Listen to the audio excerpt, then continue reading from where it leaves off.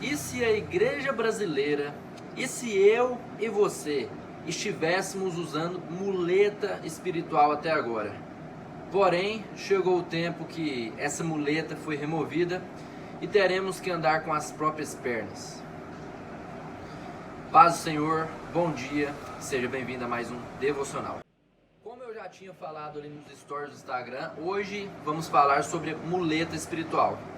E você vai entender bem o que é essa muleta espiritual que a gente vai falar. Acompanha comigo se for possível, se você consegue nesse momento abrir sua Bíblia, ou se não, acompanhe quando você chegar em casa, talvez você está no trabalho. Isaías capítulo 6, versículo 1, vamos ler o capítulo 6 inteiro, viu? Pra gente entender aqui. Aqui que a gente vai entender a muleta espiritual. Você já conhece, se você é cristão, se você frequenta a igreja, você já vai ter lido esse texto em algum momento. Vamos lá. Diz assim, ó: no ano da morte do rei Uzias, isso é Isaías falando, né? Eu vi o Senhor, com letra maiúscula, que se refere ao próprio Deus, assentado sobre um alto e sublime trono, e as abas de suas vestes enchiam o templo. Serafins estavam por cima dele, cada um tinha 6 asas, com 2 cobria o rosto, com 2 cobria os pés, e com 2 voava. E clamavam uns para os outros, dizendo: Santo, Santo, Santo é o Senhor dos exércitos.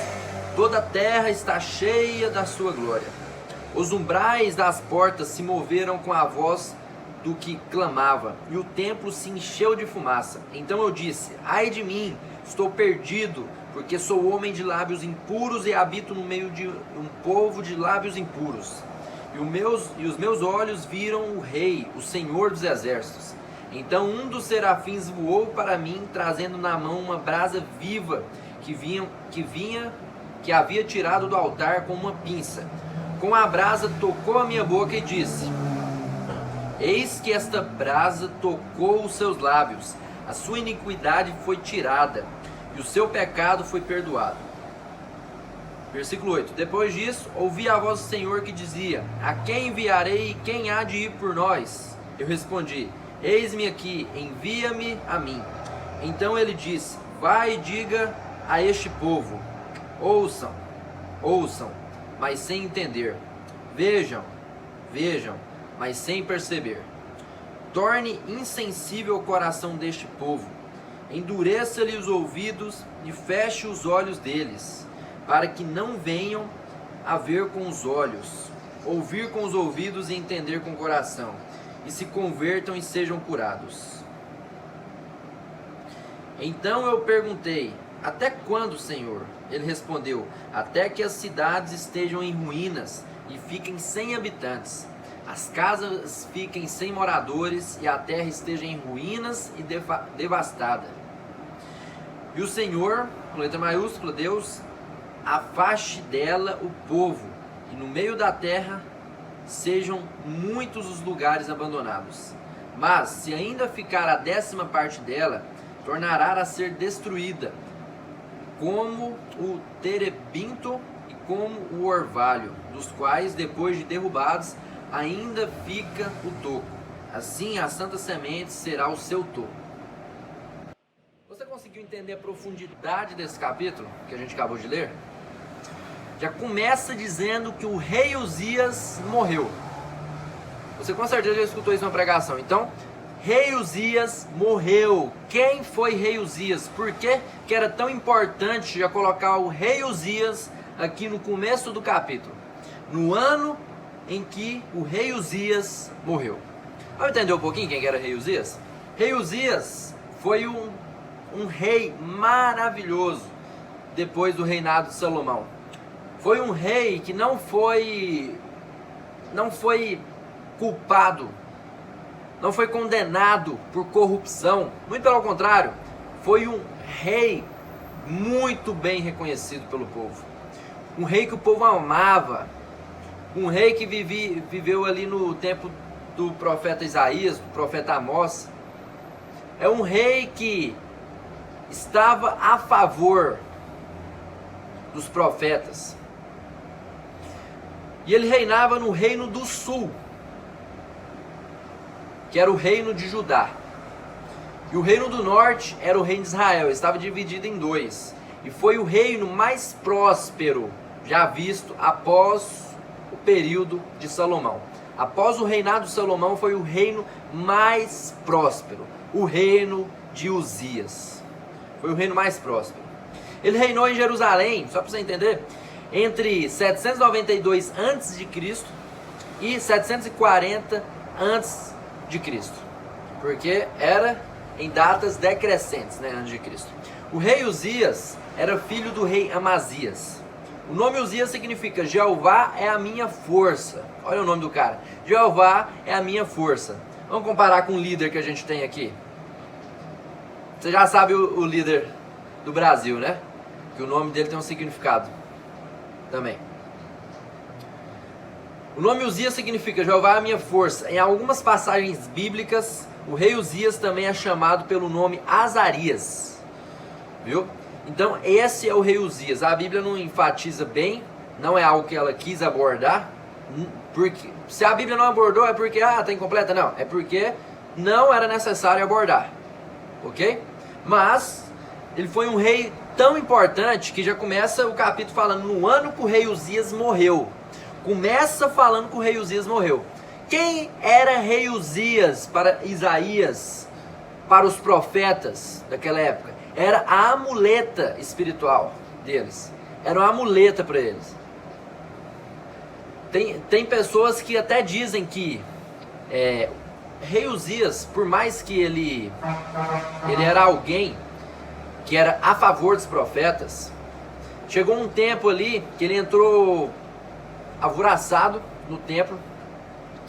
Então ele decidiu fazer algo que ele não poderia fazer, se assemelhando a um rei, ao rei Saul, se assemelhando a Saul. Ele entra no templo e quer queimar incenso no lugar dos sacerdotes. Somente os sacerdotes podiam fazer isso, mas o rei Uzias, no momento, ele decide fazer isso. E quando ele decide fazer isso, ele é acometido de lepra. E ele tem que ficar afastado do reinado, passando assim o reinado para seu filho. Alguns dizem ainda que ele ainda ficou ali auxiliando o reinado, mas ele teve que passar o reinado do seu filho e viver isolado. E assim ele morre. E quando começa falando o rei Uzias morreu, muitos dizem que ele servia como uma muleta espiritual para os profetas. Ou seja, os profetas não estavam agindo no período do seu reinado. Eles não estavam agindo. Então no momento que o rei Uzias morre, Isaías vai até o templo, olha para os céus, enxerga ali um trono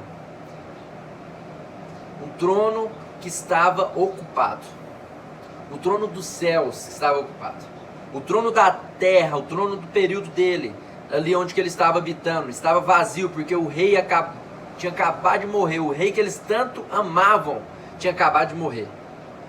Agora era seu filho que estava auxiliando no reinado. O trono ali terreno estava vazio, porém ele olha para os céus e vê um trono que eternamente haverá um rei. Sempre houve, sempre há e sempre haverá um rei assentado naquele trono, o poderoso e o único Deus.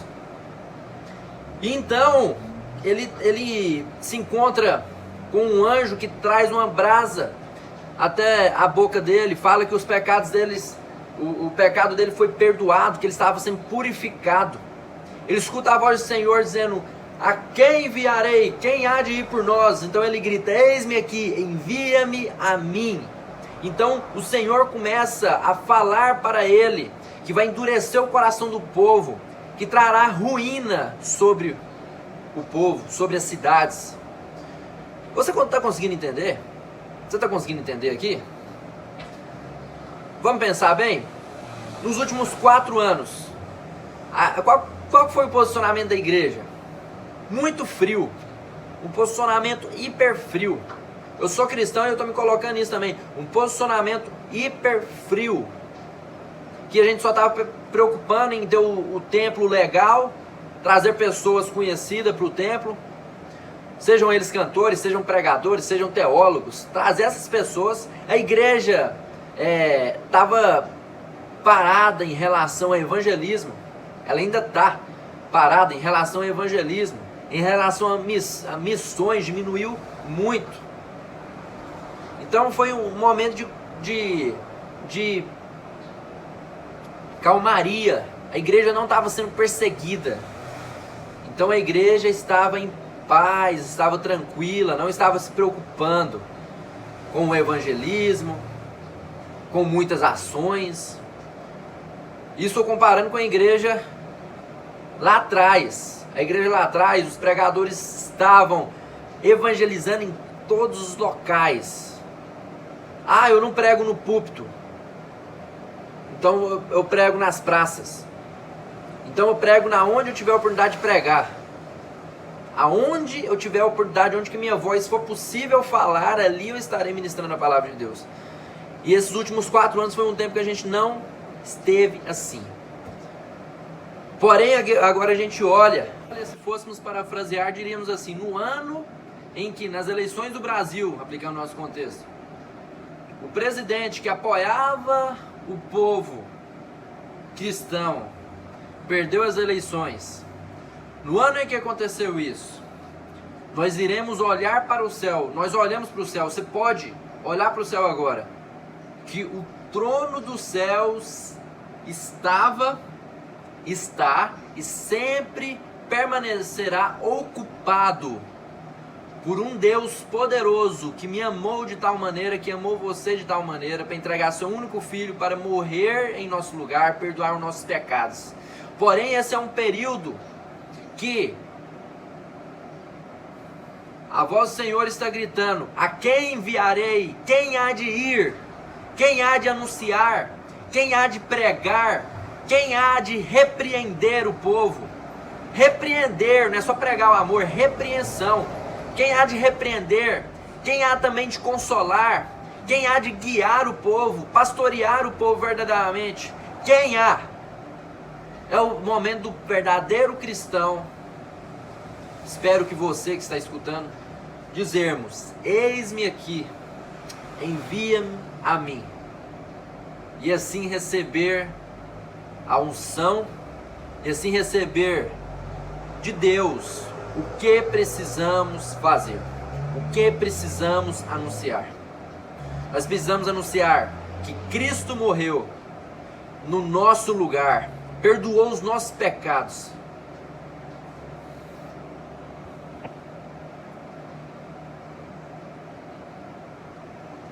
que nós não somos merecedores. Até hoje, mesmo com o sacrifício de Cristo, nós não somos merecedores da graça. Mas Ele nos ama de tal maneira que, mesmo não sendo merecedores, Ele nos limpa, nos purifica de todo pecado pelo sangue de Cristo.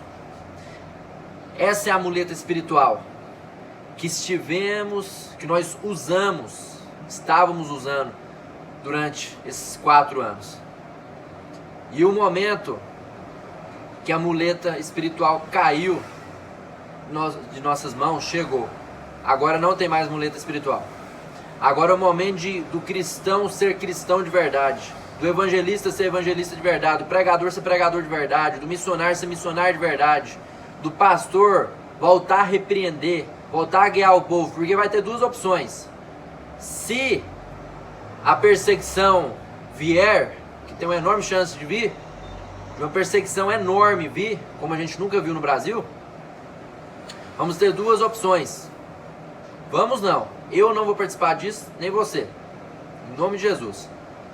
Algumas igrejas irão aceitar as ideias mundanas, as ideias esquerdistas, irão se aliar a isso para continuar abertas. Outras serão fechadas. O verdadeiro evangelho não poderá ser pregado livremente. A heresia, o falso evangelho, a pregação que não é bíblica, a pregação que é do diabo, isso sim, essa poderá ser pregada. Agora a pregação bíblica não poderá mais ser pregada. E aí? A muleta caiu ou não? Caiu. Agora é o momento da gente caminhar. Caminhar e correr em direção a Cristo e levar o máximo de pessoas conosco. Eis-me aqui, envia-me a mim. Você pode dizer isso? Aí no seu lugar. Eis-me aqui, Senhor. Envia-me a mim para fazer a tua obra. Meu Deus, desperta o meu coração. Em nome de Jesus. Feche seus olhos, vamos orar. Senhor, meu Deus e Pai, nós queremos louvar, agradecer e engrandecer ao teu santo nome, meu Pai. Pai, queremos te louvar por mais esse dia, por mais essa manhã, por mais esse respirar, pelo sol, meu Deus. Deus, pelo ar que respiramos. Meu Senhor, pela saúde, pela vida que nós temos, por podermos nos movimentar, por podermos enxergar, meu Deus. Pai, por podermos escutar essa mensagem da manhã. Meu Senhor, queremos te louvar pelo sacrifício de Cristo na cruz do Calvário por mim e por nós em nosso lugar, meu Deus. Deus, o sacrifício que nos redime de todo pecado. Quando nós nos reconhecemos pecadores e nos reconhecemos totalmente dependentes da tua graça. Meu Pai, nesse tempo que tudo parece ir mal, nós cremos que quem está no poder, quem está no governo é o Senhor. O Senhor é quem ocupa o trono do céu, sempre ocupou e sempre ocupará. O Senhor é o Deus eterno que rege nossas vidas, que rege o nosso mundo, e que tudo o que acontece ou deixa de acontecer é pela tua boa, perfeita e agradável vontade. Meu Pai, te pedimos, o Senhor nos dê sabedoria nesse tempo, o Senhor nos dê prontidão nesse tempo. Meu Pai, que seja um tempo que nós deixemos para trás toda timidez, toda a apostasia, e que nós possamos focar em Ti, focar em levar o Teu Evangelho, focar em ter uma intimidade profunda contigo, focar em viver unicamente, exclusivamente para o Senhor, meu Deus. Senhor Deus e Pai, abençoe nosso Brasil, abençoe nossas vidas, nossas casas e famílias. E que em nome de Jesus seja um tempo que digamos, eis-me aqui, envia-me a mim, e verdadeiramente nós possamos ser usados pelo Senhor nesse tempo, meu Pai. É assim que te oramos e te agradecemos nessa manhã, em nome de Jesus. Amém, amém e amém. É isso aí, glória a Deus. Que Deus abençoe a sua vida, Deus abençoe a sua casa, Deus abençoe o propósito dele para a sua vida. Obrigado por estar aqui em mais um devocional e até amanhã, se Deus permitir. Um grande abraço e tchau, tchau.